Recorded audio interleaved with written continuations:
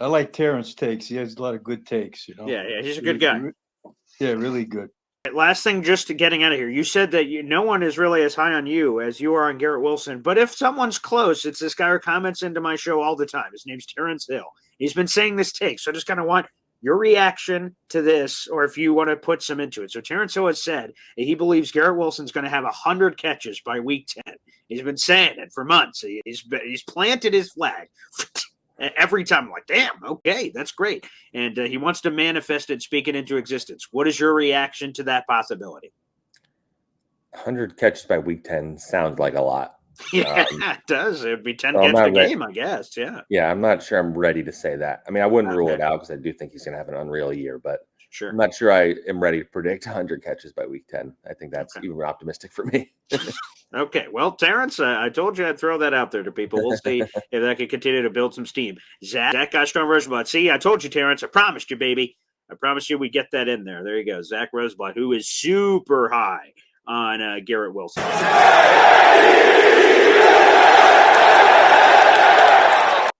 tell you this, Terrence, so I know that Zach's like, whoa, that's a lot.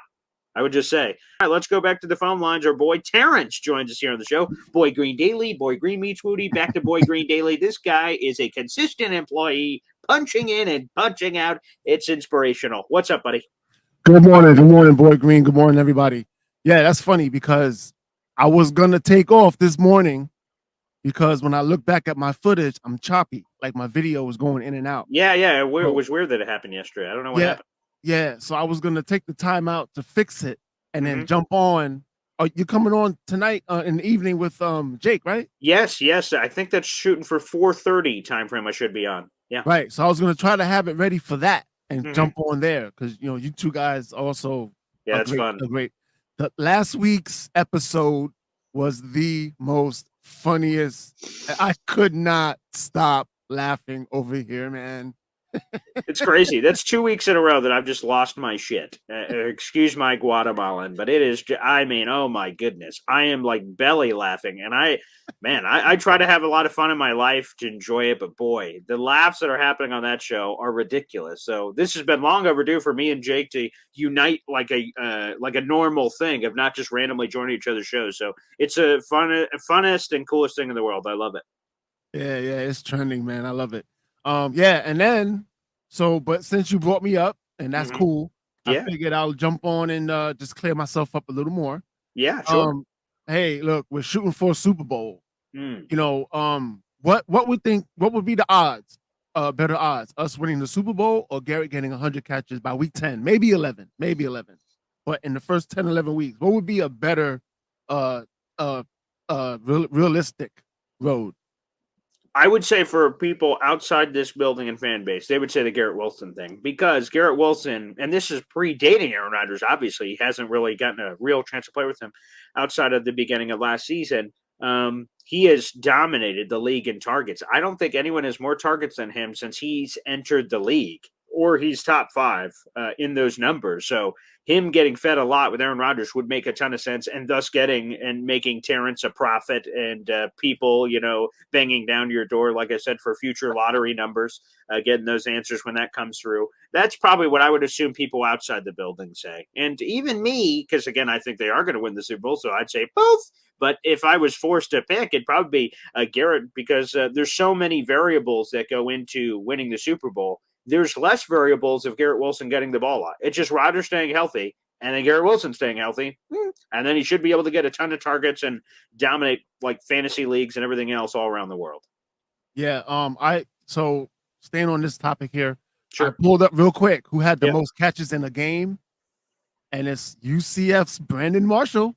Really? Oh, in a game? Oh, who is it? In a game. Brandon Marshall. It says Brandon Marshall had the most catches in the game with 21 receptions against the Colts in 2009. Oh, yes. Oh, I thought you were talking about with the Jets. Yes. No. He broke T.O.'s record. T.O. had it forever. He had 20 catches in a game. Brandon Marshall beat him when he was back in Denver. Yeah, he had 21. Yeah. And then they said Michael Thomas was the most had the most career receptions per game played. Oh, interesting. Okay, and that's 6.81. Yeah, he's a target monster. Oh, that would be so great, man. I want Garrett to break as many records as he can. I still think, like, I'll have to, if this comes up with Jake today, I'll have to bring it up to him because, like, Jake and several Jets content creators keep saying, like, Garrett Wilson's going to be the best receiver this franchise ever seen. And maybe he will be, but damn, Don Maynard, man. Can we put some gosh darn respect on Don Maynard, who had 4 or 5, 12, 13, 1,400-yard seasons? For the love of everything that's holy, Garrett hasn't done that once yet, for God's sake. So, again, I'm all hyped up on Garrett, but let's put some respect on Don Maynard. God rest his soul. He's a Pro Football Hall of Famer bust in Canton, Ohio, for Pete's sake. So let's just kind of rein it in there. I'm excited for Garrett for this year, but when we're prognosticating for an entire career, whoa, let's rein it in. Yeah, I'm not going to go for the career yet. I'm just going to go for this season alone. Sure. But the fact that we heard the story of Aaron Rodgers last season coming into the locker room and apologizing to Garrett, and he was like, "I'm sorry, kid." Yeah. So I know he has a burden to want to do it. Of course. And everybody's talking about Garrett Wilson right now, about he has the potential to do it. So someone that wants to do it plus someone with the potential equals look out season. Look out, everybody, we playing, Yeah. So that's it. And if Garrett can average 12 to 13 attempts a game, yeah, I think it's possible.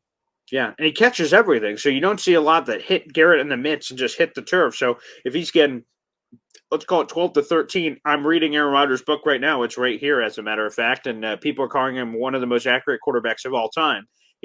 You pair that with Garrett Wilson and not dropping. I don't know what the math or equation is on that. Beep, boop, bop, beep, boop, bop.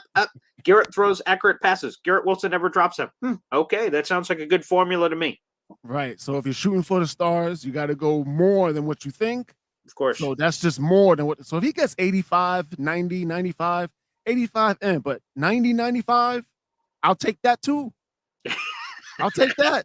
90, that's what I'm going to try to get Garrett as many fantasy drafts as I can. I've got all mine coming up. It's actually, what's today? Friday. It's 2 weeks from today is my first fantasy draft of the season.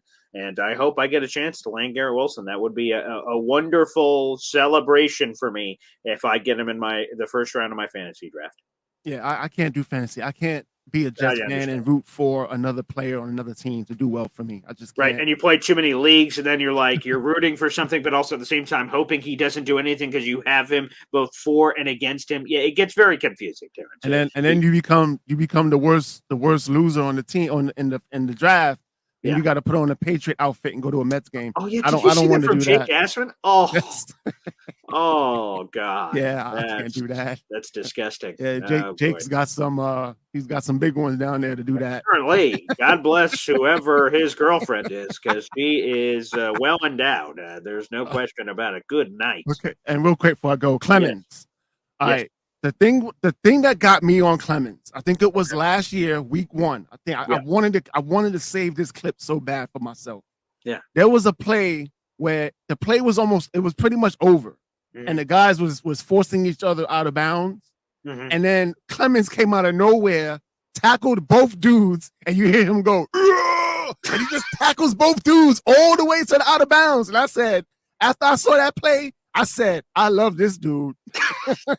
Again, that's apparently he's polarizing. Like I said, if you go on Twitter right now and you search Michael Clemens, there's a lot of guys that say, I hate Michael Clemens. I hate Michael Clemens. He's a jerk. And these are Jet people saying this. There's also people outside the fan base also saying it, but specifically there are inside Jet fan base people saying they don't like Michael Clemens. I don't get it. I think he's incredibly misunderstood, and I hope people really appreciate him this year. I agree. I think he is misunderstood. And I think you give this man a shot, he's gonna do some stuff for us. And he might get a flag or two along the way, but if he's doing it in the realm of playing the right way and just catching a weird flag like McDonald did last week, I'll take those flags. But are we bringing up Clemens because he started that fight yesterday? Apparently, yeah. That's why he came up initially. I asked Zach, I said, hey, Jets-Panthers fights, what'd you see? He said, most of that was from the defense to the Panthers offense. He said, when you're a beat reporter, you have to pick because they do it on opposite sides of the field. Jet offense, Panthers defense, Panthers offense versus Jets defense. And he said he heard that it was Michael Clemens got in a fight with Mike Boone, the Panthers running back. He held him up for an extra second, and then they started talking shit to each other and then punching each other and all kinds of craziness. So that came up, and then I had it in my notes anyway, because if he came up, I wanted to dive into him and say, basically what we're talking about right now. It seems like he's misunderstood. What's your vibe? You see him at practice all the time. What's the truth? What's really on? So he says he thinks there's stuff on both sides. Okay, well then I'll be looking forward to hearing if any players talk about Michael Clemens in their conferences coming up. Yeah, I like him. I like him and McDonald. I'm fans. Yeah, 100% I am. And again, hopefully more people jump on our bandwagon here, Terrence, for the Michael Clemens train. Toot toot. Let's do it. Let's do it. All right, guys. Have a good morning. There he is, Terrence, baby. Let's give him one of these. Let's give him one of these. Up. Let's